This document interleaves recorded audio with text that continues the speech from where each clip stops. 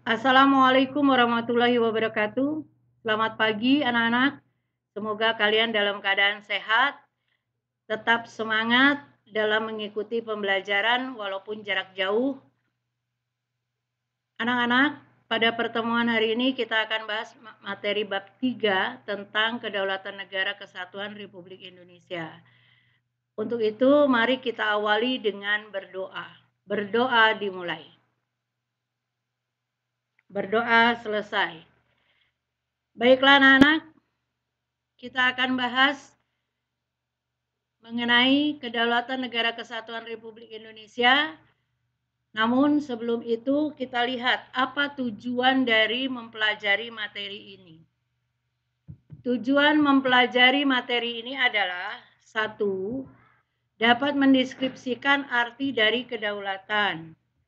2. Dapat memahami sifat-sifat dan macam-macam teori kedaulatan. 3. Dapat mengerti makna kedaulatan ke dalam dan kedaulatan keluar. Anak-anak, itulah tujuan dari mempelajari materi tersebut. Baiklah anak-anak, kita akan awali dengan membahas hakikat dan teori kedaulatan. Arti kedaulatan yaitu kekuasaan yang tertinggi untuk membuat undang-undang dan melaksanakannya dengan semua cara yang tersedia. Artinya, kekuasaan itu adalah mutlak dimiliki oleh suatu negara. Yang berikut, di sini Bu akan sampaikan 4 sifat kedaulatan, yaitu 1. Asli. Artinya, kedaulatan itu bersifat asli, maksudnya adalah kedaulatan itu tidak berasal dari kekuasaan manapun. Jadi asli, tidak dari kekuasaan manapun. Yang kedua, permanen. Yang dimaksud dengan sifat permanen dari kedaulatan itu adalah kedaulatan itu tetap ada selama negara itu ada. Jadi selama negara itu berdiri, ya kedaulatan itu ada pada negara tersebut. Yang ketiga, sifat tunggal. Maksud dari sifat tunggal ini adalah kekuasaan itu merupakan satu-satunya dalam negara dan tidak dibagikan kepada siapapun. Jadi asli tunggal. Artinya kekuasaan, kalau kekuasaan tertinggi dalam negara, ya kekuasaan itu adalah tertinggi ada pada negara. Yang keempat, tidak terbatas. Apa yang dimaksud dengan sifat kedaulatan tidak terbatas? Maksudnya adalah kekuasaan itu tidak dibatasi oleh kekuasaan lain.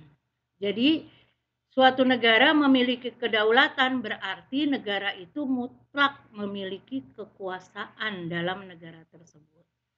Itulah yang berkaitan dengan 4 sifat kedaulatan.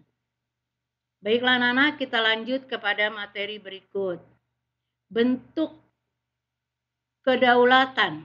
Nah, kedaulatan itu terdiri dari 2 bentuk. 1, kedaulatan ke dalam. Maksudnya apa? Kedaulatan ke dalam. Kedaulatan ke dalam itu yaitu kekuasaan untuk menyusun dan mengatur organisasi pemerintahan sendiri tanpa campur tangan negara lain.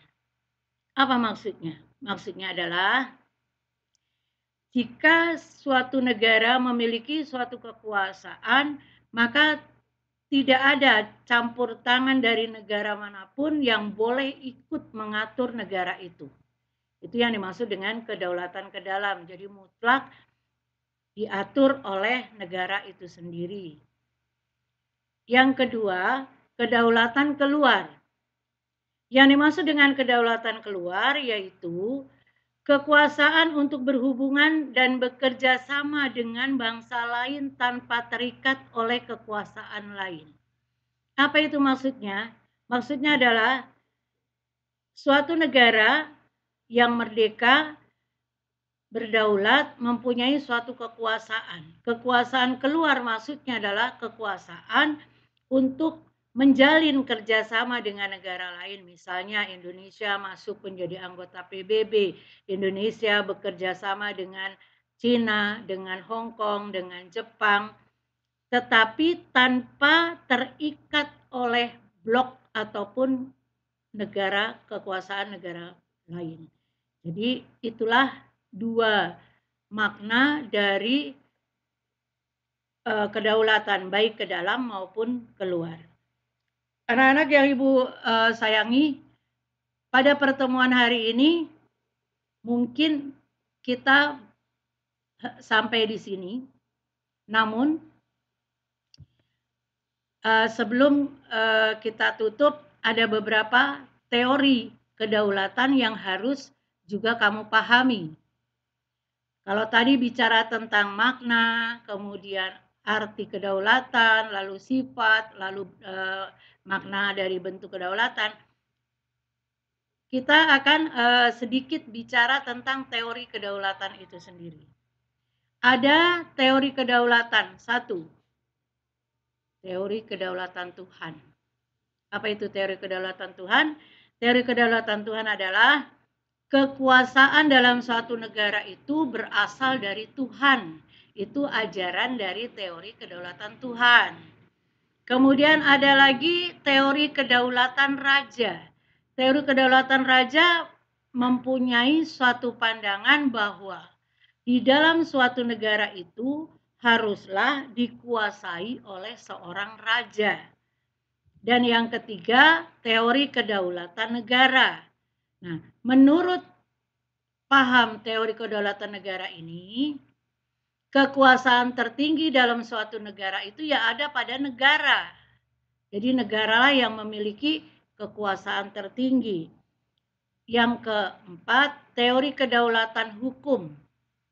Apa itu dari makna teori kedaulatan hukum? Paham ini beranggapan bahwa hukumlah yang memiliki kekuasaan tertinggi dalam suatu negara. Dan yang terakhir adalah teori kedaulatan rakyat. Teori kedaulatan rakyat di sini berpandangan bahwa kekuasaan tertinggi berada di tangan rakyat. Nah, dari 5 teori yang ada, negara Republik Indonesia lebih condong kepada penggunaan teori kedaulatan rakyat. Kenapa? Karena di negara Indonesia kekuasaan tertinggi menurut Undang-Undang Dasar 1945 berada di tangan rakyat. Demokrasi itu maksudnya adalah pemerintahan dari rakyat oleh rakyat untuk rakyat.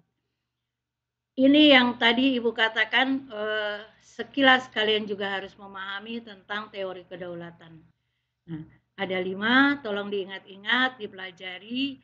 Karena apa? Nanti pertemuan berikutnya kita akan bahas hal-hal yang ada kaitannya atau latar belakang penggunaan dari apa dasar dari teori kedaulatan ini, kemudian paham apa yang digunakan dalam suatu negara. Demikian pada pertemuan hari ini, mudah-mudahan kalian dapat menerima, kalian dapat memahami apa yang Ibu sampaikan, dan jangan lupa tugas di rumah Ibu tidak berikan yang berat.